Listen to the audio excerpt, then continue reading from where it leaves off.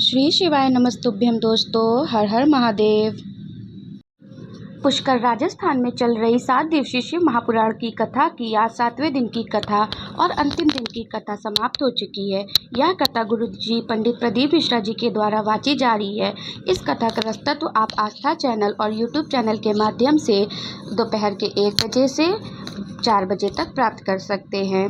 और जो अब अगली कथा होगी वो कल से यानी 12 जुलाई से ही शुरू हो जाएगी और ये कथा 12 जुलाई से अलवर राजस्थान में होगी, जिसका नाम रहेगा तब शिव महापुराण की कथा।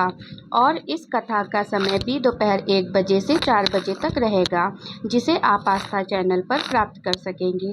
गुरु जी ने एक विशेष जानकारी दी जिसका सभी को इंतजार था। गुरु जी ने बताया 15 जुलाई को ऑनलाइन सावन की शिवरात्रि पर अभिषेक कराया जाएगा। सभी शिव भक्त अपने घर से लाइव टीवी में देखकर अभिषेक कर सकेंगे, पर इसमें आपको कुछ सामग्री की आवश्यकता होगी, जो कि आज की कथा में गुरुजी ने सभी जानकारी दे दी है कि आपको पूजा और अभिषेक में कौन सी सामग्री की आवश्यकता होगी। अभिषेक करने का पूरा तरीका आपको इस वीडियो के माध्यम से प्राप्त होने वाला है।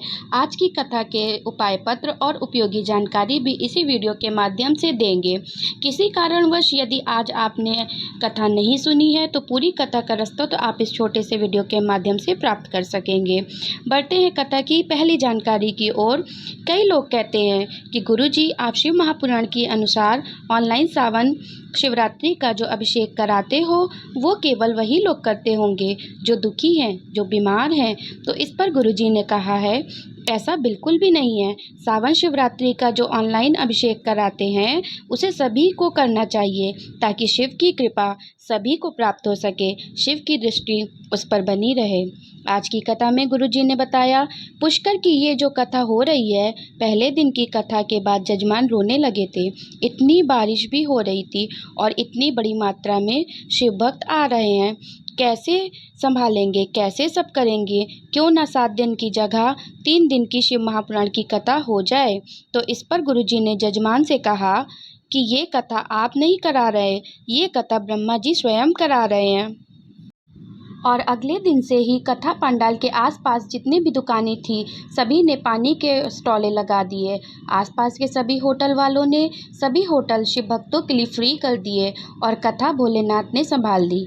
इसके बाद गुरुजी ने कहा जब तुम नहीं संभाल पा रहे हो, जब तुम्हें लगे तुम अपने बेटे या बेटी की शादी नहीं करा पा रहे हो, ना सब जतन कर लिया पर रिश्ता नहीं हो पा रहा है, बेटा या बेटी को महादेव को सौंप दो, महादेव को ही संभालना है सब कुछ। राजेंद्र जी जयपुर से पत्र लेकर आए। 14 अगस्त 2021 में मेरे शरीर में लकवा लग गया था, इस कारण 20 दिन तक हॉस्पिटल में रहा, आईसीयू में रहा।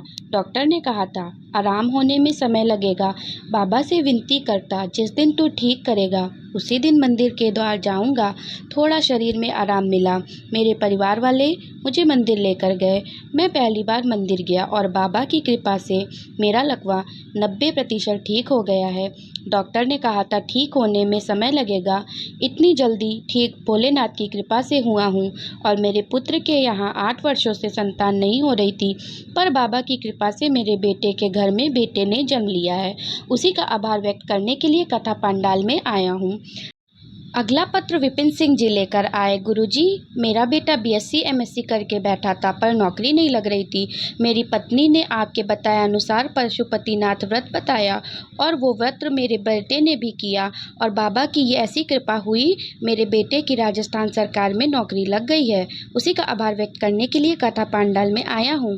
गुरुजी ने ये कहा शिव के मंदिर जाना सरल है, शिव को एक लोटा जल चढ़ाना सरल है, शिव की भक्ति करना भी सरल है, पर शिव के गुण को अपने अंदर लाना बहुत ही कठिन है।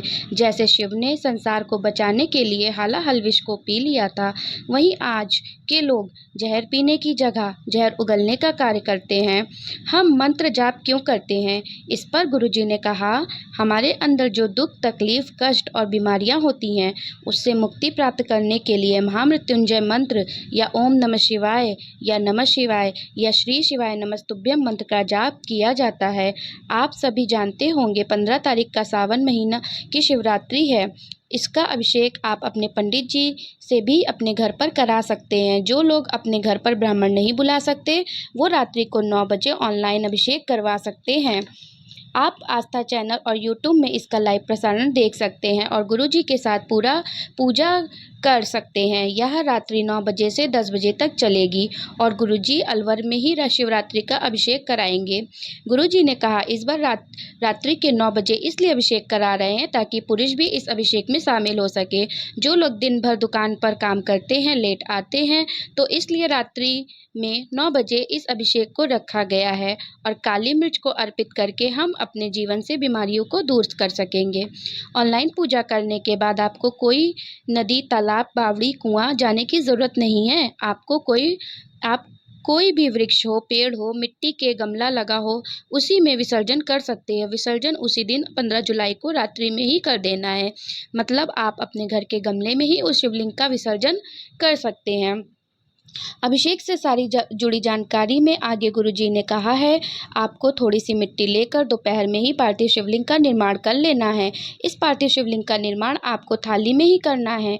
पूजन की सामग्री में 1 लोटा जल लेना है। गेहूं के आपको 21 दाने, जो कि वंश वृद्धि के लिए जाते हैं, चढ़ाए जाते हैं, और 5 कमल गट्टे लेना है। यदि आपको कमल पुष्प मिल जाए तो उसे ही ले लीजिए। 108 चावल के दाने, काली मिर्च आपको 21 दाने, काली 1 चुटकी काली तिल लेना है, धतूरा 1 लेना है, बेलपत्र 7 लेनी है, शमी पत्र भी 7 और 7 लाल गुलाब लेना है। यदि आपको लाल गुलाब नहीं मिल रहा है तो कोई भी सफ़ेद पुष्प ले सकते हैं। गोल सुपारी 3 लेनी है, जिसमें से 1 गणेश जी, 1 गौरा जी बनेंगी और 1 सुपारी का हमें संकल्प लेना पड़ेगा और 2 जनेऊ का जोड़ा लेना है। देशी घी दीपक लेना है। 1 दिया अखंड ज्योति के लिए, दूसरा आरती के लिए। 5 प्रकार के फल लेना है। मिठाई प्रसाद में गुड़ या शक्कर कुछ भी ले सकते हैं।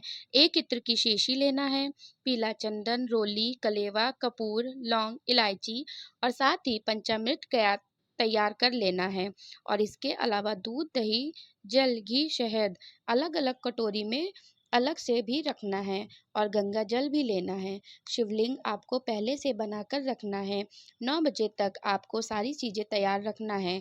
यदि आपको कोई सामग्री नहीं मिल पाती, जैसे यदि शमी पत्र नहीं मिले, तो उसकी जगह पर आप 7 चावल के दाने रख सकते हैं, या फिर आपको कमलगट्टे 5 नहीं प्राप्त हो रहे हैं, नहीं मिल रहे हैं, तो उसकी जगह पर आप 5 चावल के दाने रख लेंगे। ऐसा आपको तभी करना है जब आपको वो सामग्री नहीं मिले। साथ ही आप जिस वर्ण के हैं उसी मिट्टी का प्रयोग करते हुए आपको पार्थिव शिवलिंग का निर्माण करना है। पार्थिव शिवलिंग के में आपको थोड़ी सी काली मिर्च पीसकर अवश्य डालना है। यदि आप ब्राह्मण वर्ग के हैं तो आपको सफ़ेद मिट्टी का प्रयोग करना है। यदि आप सफ़ेद मिट्टी नहीं मिल रही है आपको, तो जो सफ़ेद अबीर आता है उसे मिट्टी में मिलाकर शिवलिंग का निर्माण कर सकते हैं। यदि आप वैश्य हैं तो आपको पीली मिट्टी से शिवलिंग बनाना है। यदि पीली मिट्टी ना मिले तो उसमें अष्टगंध या थोड़ी सी हल्दी मिलाकर पार्थिव शिवलिंग का निर्माण कर सकते हैं। यदि आप छतरी में आते हैं तो आपको लाल मिट्टी से पार्थिव शिवलिंग का निर्माण करना है। यदि लाल मिट्टी ना मिले तो आपको वो जो मिट्टी आपको मिले, वो आप उसमें थोड़ा सा लाल चंदन मिलाकर उस मिट्टी से पार्थिव शिवलिंग का निर्माण कीजिए। और यदि आप शूद्र में हैं तो आप काली मिट्टी से शिवलिंग बनाएं। जब आप पार्थिव शिवलिंग बनाएंगे तो उसे सबसे पहले आपको थाली में 1 बेलपत्र रखना है। बेलपत्र सीधी रखना है, फिर उस पर शिवलिंग का निर्माण करना है। उम्मीद है आज की वीडियो में से रिलेटेड मन में कोई सवाल है तो आप कमेंट बॉक्स में पूछ सकते हैं। और यदि आपको मेरी यह वीडियो उपयोगी लगी है तो मेरे चैनल को लाइक कीजिए, सब्सक्राइब कीजिए और कमेंट बॉक्स में हर हर महादेव ज़रूर टाइप करिएगा। हर हर महादेव, जय श्री शंभू।